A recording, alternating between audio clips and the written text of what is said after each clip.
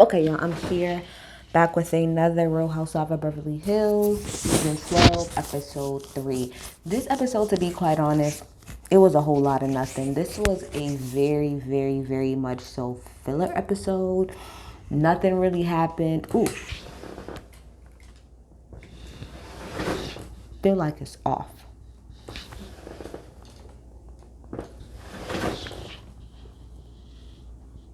Good enough. Anyway, so yeah, episode 3. Like I said, this episode really wasn't much. A lot of stuff didn't even happen to the end, but we're just gonna go through it, whatever. So all of the girls, I think, went over to Crystal's house to kind of like just have some drinks and stuff like that. Garcelle was being very shady, talking about what Crystal had on, but I thought Crystal looked cute. It was what it was. Dorit ends up coming, and like as soon as she gets up and walks away to go to the bathroom, Kyle's like, did you guys get a voicemail this morning?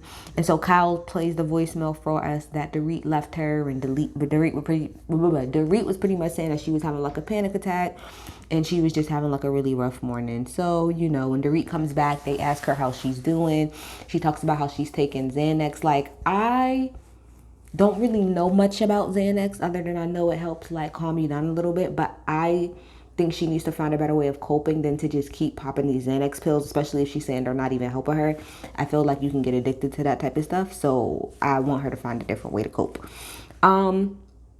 Now everybody, sorry, but Sutton is there. That's important because Kyle then goes on to explain, to keep stirring motherfucking pot.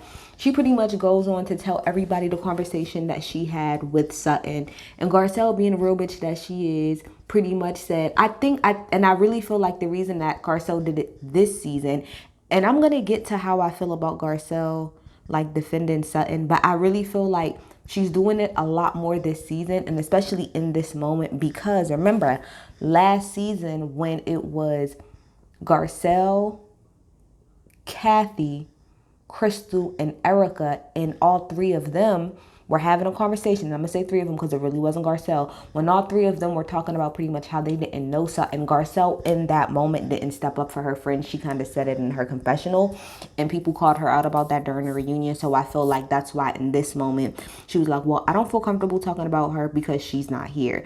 And so Kyle goes on to say, the whole thing about, oh, well, I didn't have a gun to my head. And Garcelle was like, well, I don't think, maybe that's not what she said. Or if it is, give her a chance to defend herself. So, whatever. That's that. So then Kyle makes her way to, I think it was La Quinta. They go to Kyle's house every damn year in the middle of the desert. Dorit was supposed to ride with Kyle, but she was having panic attacks, so Kyle ended up driving by herself. Diana and Crystal, they ride out there together. Diana's funny because they was going by something like some outlets, and Crystal was like, you ever been to these outlets before? And she was like, an outlet? I don't understand. She's like, you never been to these outlets, like they got good stores. And then Crystal laughed at herself. She said, oh, I'm sorry. Bitch, this is about people that like it gives like discount off. Why would you ever go to an outlet? And she was like, yeah, no, I don't do that. And with Diana in her confessional, she pretty much was like, no, I don't go like shopping. And she had even said that to Lisa. She was like designers send clothes to my home. I try them on, and if I like them, I buy them. If I don't, then I don't. And that shit was cracking me the fuck up because if y'all watch Bling Empire, that's how Anna, like the rich top bitch on Bling Empire, that's how she does her shopping too. Like, they send pieces to her house and she looks through them and goes through them. If she wants them, she keeps them. If not, she gives them back. I said, yes, rich bitch, come on.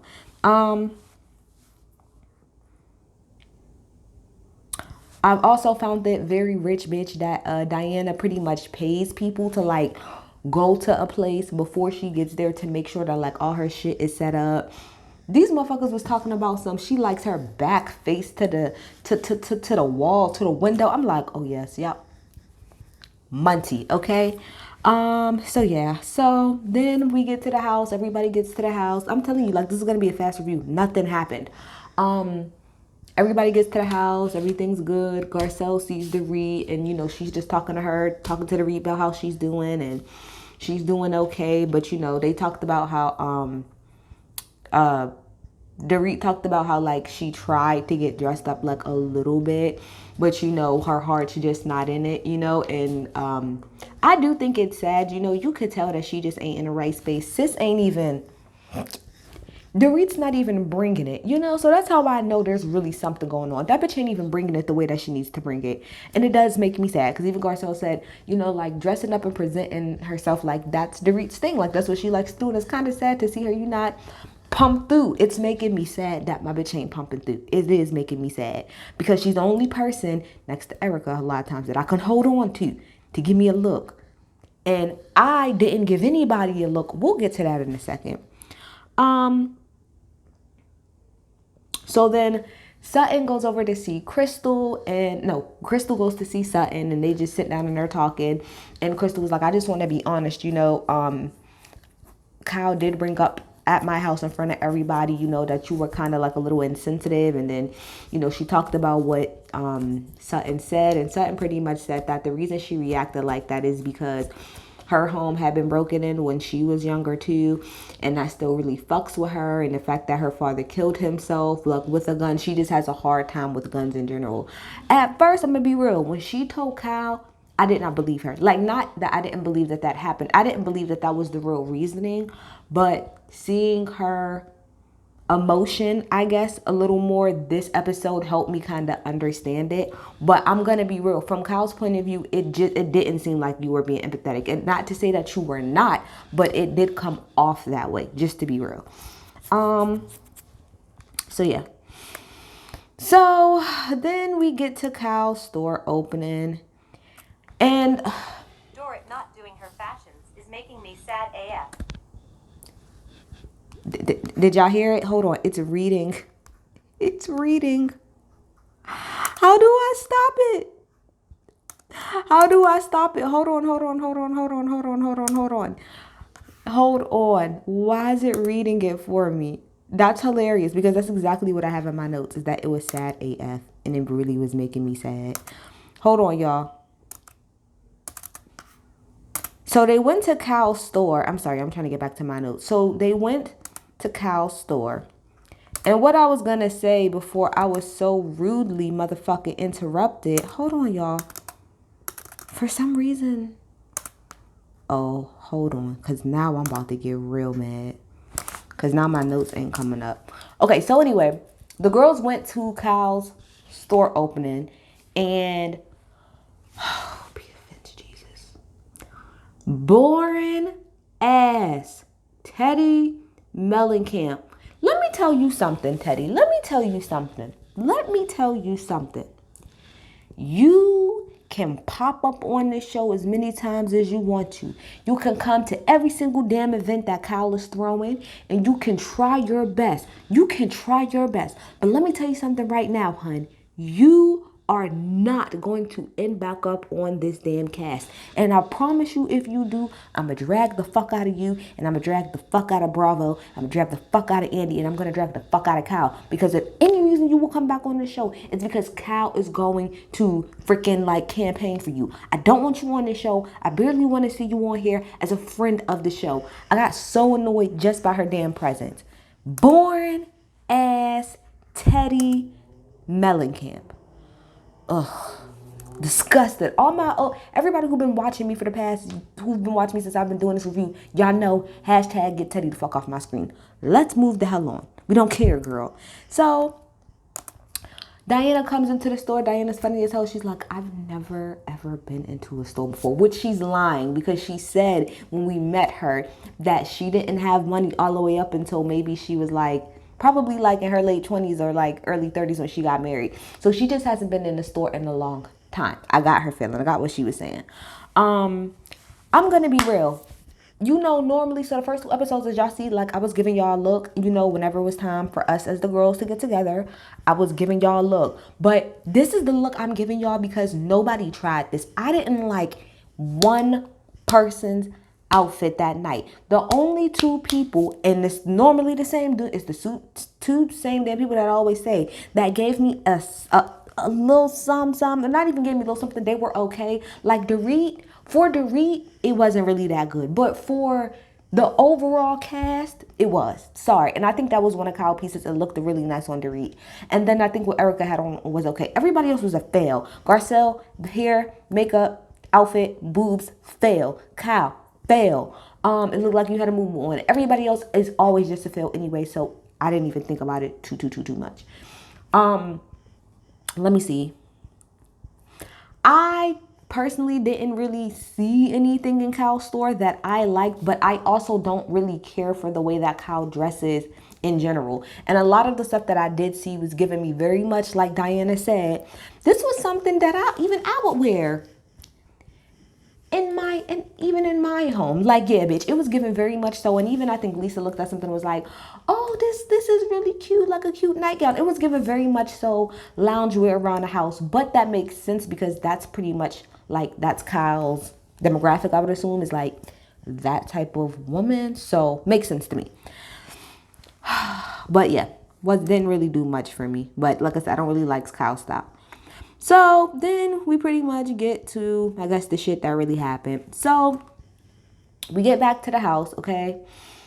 Everybody's getting some food. And I'm like, yeah, because I didn't see no food at your store opening, Kyle. But anyway, everybody's getting their food. So everybody sits down together and Garcelle, no, it's actually Garcelle. Garcelle says, well, seeing how... Oh, crap. I skipped a whole bunch of shit. My bad. I just skipped over the whole party. My bad, y'all. I fucking literally skipped over the whole party. My bad. During the party, before we get to everybody sitting down, Dorit had came up to Sutton to kind of talk about what Kyle had said. So it's like Sutton, Kyle, Dorit, and Garcelle kind of all standing in the same place. And Dorit explains to Sutton why she was like offended by what she said. And Sutton, I'm sorry, so many damn people. And Sutton explains to Dorit, where she was coming from, the background with her father and with her actually being, robbed as a child and stuff like that. And she apologized. So Dorit said she accepted her apology. Crystal's funny as hell because I forgot she was buying something and talking to Garcelle about it. And she was like, she was like, no, Diana got me. And Garcelle, she was like, no, bitch, Diana bought my shit. She was like, you know what? It's fine. I'm going to take her to the Gucci store. I love how everybody's going to pass around Diana like she's their own personal Amex. Because, bitch, I be doing the same as fuck thing, okay? All right. And so then Erica was talking to Diana and said something about like, yeah, like I need somebody like your help to get like this ring. And she was like, okay, don't worry about it, girl. Like, let's go. She's like, let's go buy it. And she was like, oh, girl, no, like I cannot afford that. Like shit is looking grim already, which cracked me the fuck up. Because again, y'all might not like Erica, but I do. I love the fact that she's being real as fuck about not everything. She ain't being real as fuck about everything. But I like that part. That's why I really stand by what I said. I feel like out of all of the girls on this cast, outside of maybe Garcelle, I feel like if anybody can lose a whole lot of money and like be okay and bounce back, it will be Erica. I just feel like her personality, I don't know, I just feel like her personality is able to handle something like that. So her saying like, girl, I'm broke as hell, I can't do that. That to me lines up with how I feel like Erica will handle a situation where she didn't have a whole lot of money. So anyway. Okay. Then Kyle and Sutton see each other and they give each other a hug, but like Sutton kind of like goes like this, stabs in Kyle's back, and Kyle's like, what are you doing? Because I felt you do something back there. She's like, oh, that was me stabbing you in your back. And then Sutton, she was like, no, go ahead. You take the back out of my knife. And Kyle was like, bitch, I stab you to the front if anything. What I will say about Kyle, I'm gonna say this about Kyle. Kyle talks a lot of shit. But she a lot of times will say how she feels to somebody's face.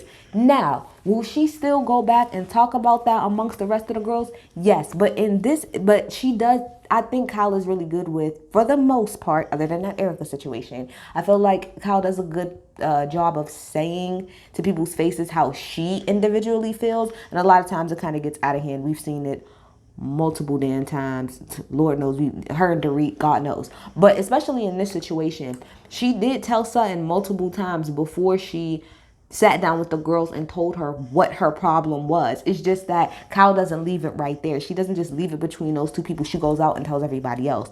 So I do agree with Kyle when she's like, I didn't really stab you in the back because I had that conversation. Me and you had that conversation first before I went and I even talked to anybody else about it, to a degree.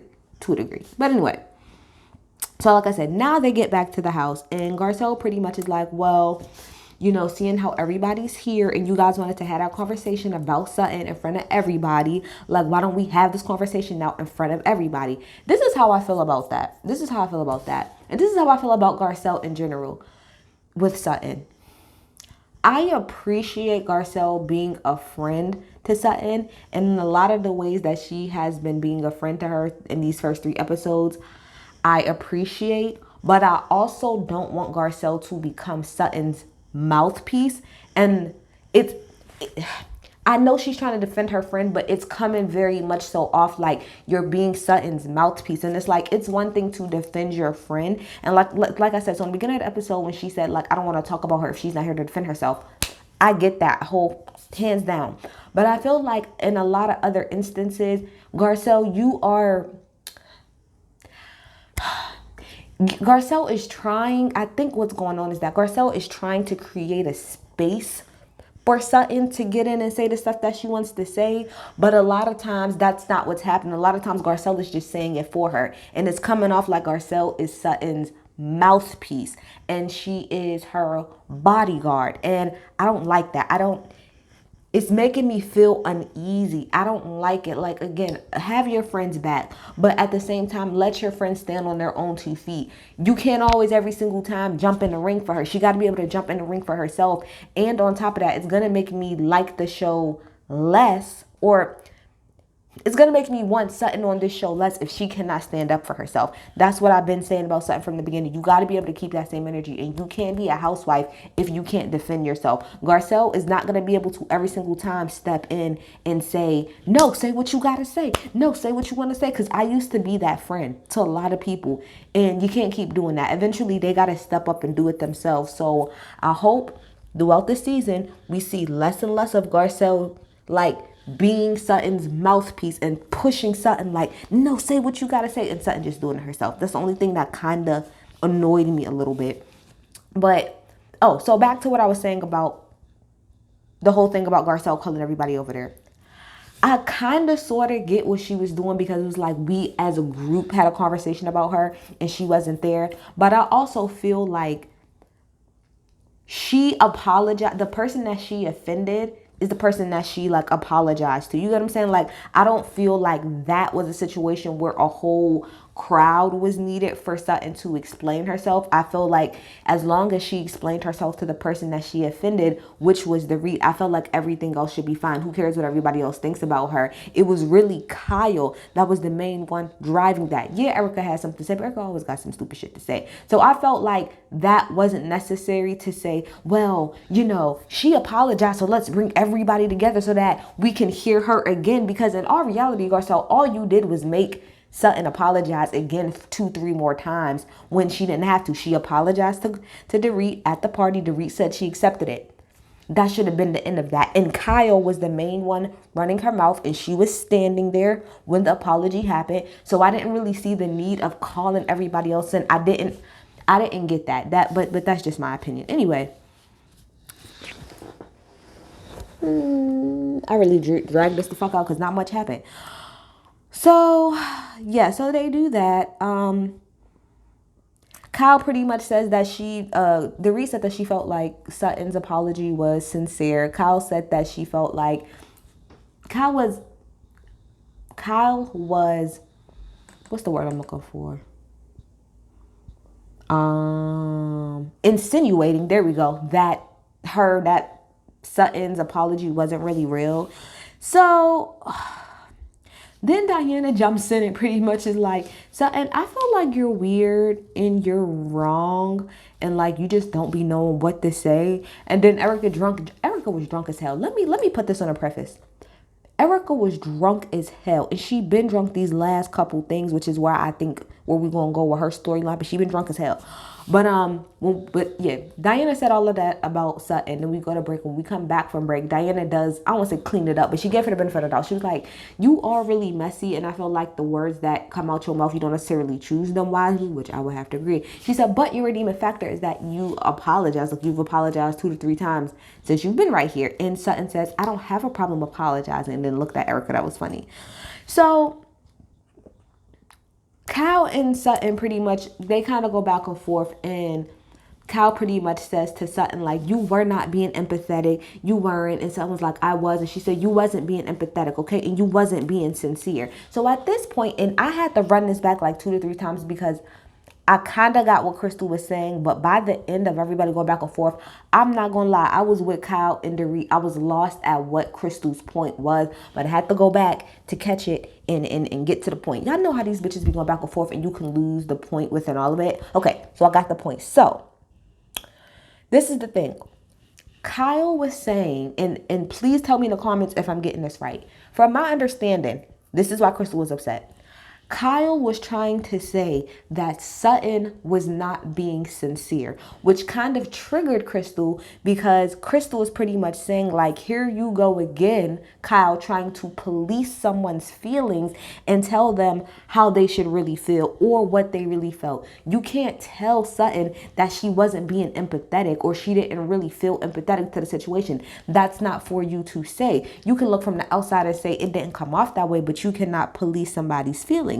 So then she brings up, so Crystal was like, it pretty much triggers me because when everything happened last year with Crystal and Crystal was going around, saying pretty much that she felt violated, Kyle and everybody else, including Garcelle, I'm not going to hold you, pretty much said that she didn't feel that way and that was just doing too much and it was too intense of a word. And even Kyle said it in that moment, like, well, I said that I felt like you used the word violate. And even when she was saying it to Crystal, she was still downplaying it. She was like, yes, do I think that you saying the word violate when she was just trying to drop off your jacket to you? That right there, the way that you said that, Kyle, that's already invalidating what Crystal was feeling. So Crystal pretty much was like, what she was saying, and again, please tell me for what I'm wrong, is that you wanted Crystal to give Sutton the benefit of the doubt of being like, oh no, like I can, like, no, she didn't mean it like that. She didn't mean it like that. But now when Sutton does something to Dorit, it's not that same energy. It's not, let's give Sutton the benefit of the doubt. It's, no, you were wrong. And this is how you felt. And this is what you meant. So it's a little interesting because Crystal is actually using the Sutton situation of y'all like taking up for Sutton. It's like y'all are now flipping it. Like the way that y'all was pretty much caping for Sutton before to invalidate Crystal's feelings, Kyle is not doing that in pretty much the same scenario. And where they kept getting into it is that Kyle kept saying like, it's not the same thing. It's not the same thing. And like Crystal kept saying, I'm not trying to compare the situations. I'm just I'm not comparing the events that happened. I'm just comparing pretty much your reaction to both situations. That's what I'm comparing it to. That's at least what I was getting. And then Kyle pretty much said in her confessional and to Crystal multiple times that she was being over dramatic. Kyle, you more than anybody on this freaking cast cannot say that anybody is being dramatic about anything. You're the most dramatic person probably on all of the Real Housewives altogether. You are so dramatic. So let's not. And then in the midst of Kyle and Sutton going back and forth, listen to what Kyle said. Because like I said, I ran it back 3 times to watch this back and forth. Kyle said, this situation, pointing towards Dorit. So like Dorit is this way, Crystal is this way. She said, this situation deserves more defending than that situation that happened a year ago. And that right there is the problem. So when Crystal says later, you guys mostly talking about Kyle and Dorit and even Erica a little bit and even Lisa to a degree. It's like you guys only care about feelings when it affects you or what she really meant to be is or your friends. If it has to do with anything else, then you guys don't care. And to me, by Kyle saying that Dorit's situation deserves more defending than Crystal's situation, that's where you're invalidating her feelings. Because the point of the matter is,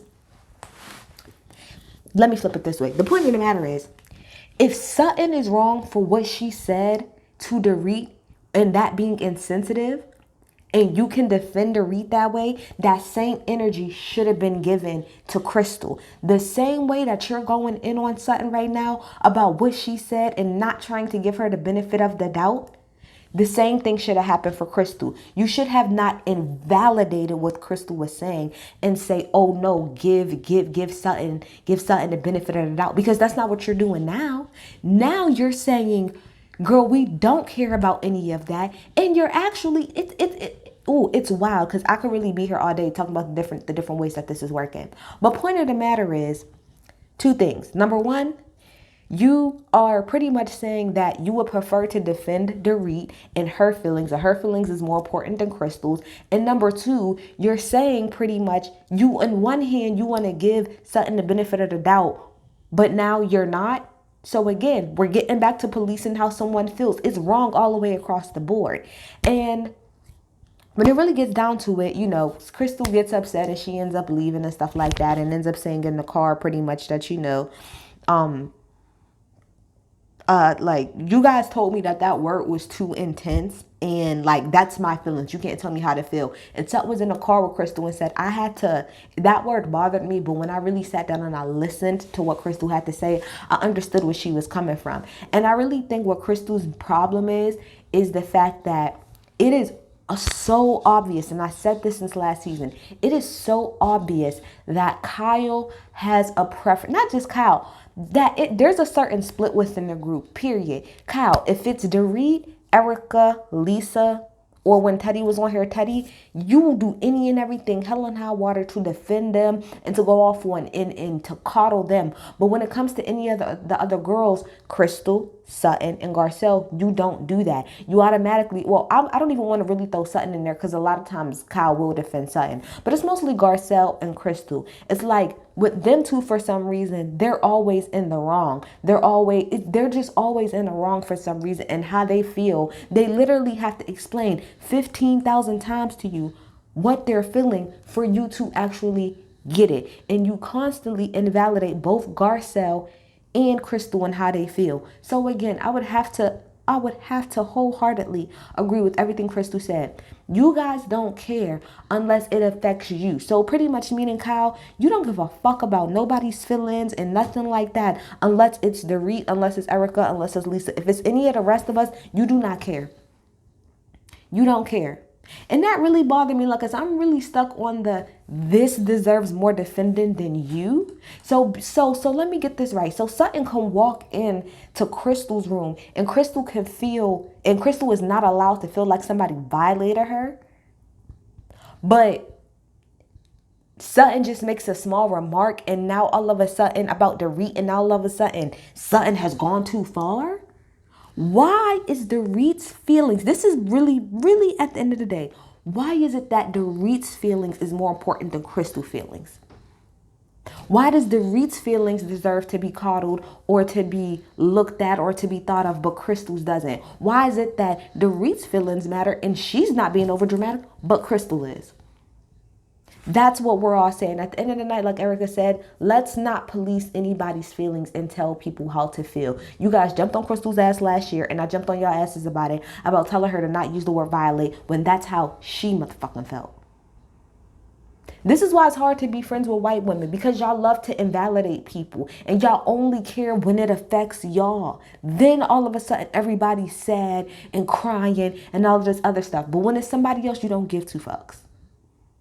I am interested, though, in next week to figure out what okay, let me say this. I don't want y'all to keep dragging out this Crystal and Sutton storyline, because for real, I'm getting a little annoyed a tad bit, because it seems to me like y'all don't have shit going on this season. So what y'all are doing outside of this Dorit thing is pulling up shit from last year and making it a continued storyline this year. And I don't like that shit. I'm a little annoyed that y'all are about to revamp up this Crystal versus Sutton thing when they've actually been getting along just fine. However, bitch.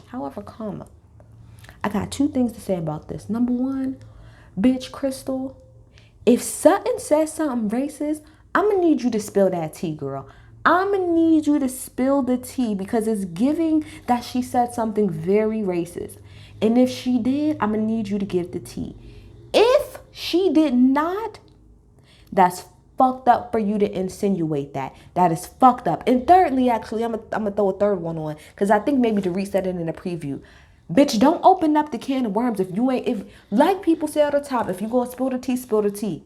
Don't tip it over a little bit, spill that whole thing. Don't open up the can of worms and say that Sutton said something that was just real inappropriate, but then when you get in front of everybody, oh no, I'm not trying to say it. No, but you should have never opened up them can of worms. But I also, at the same time, don't want to keep hearing this. The same way I don't want to keep hearing Erica and Sutton go back and forth. We need some new beefs. I don't want to drag out shit from last year. I'm going to be annoyed. But check in the comments and me what y'all think. I'm like, bye.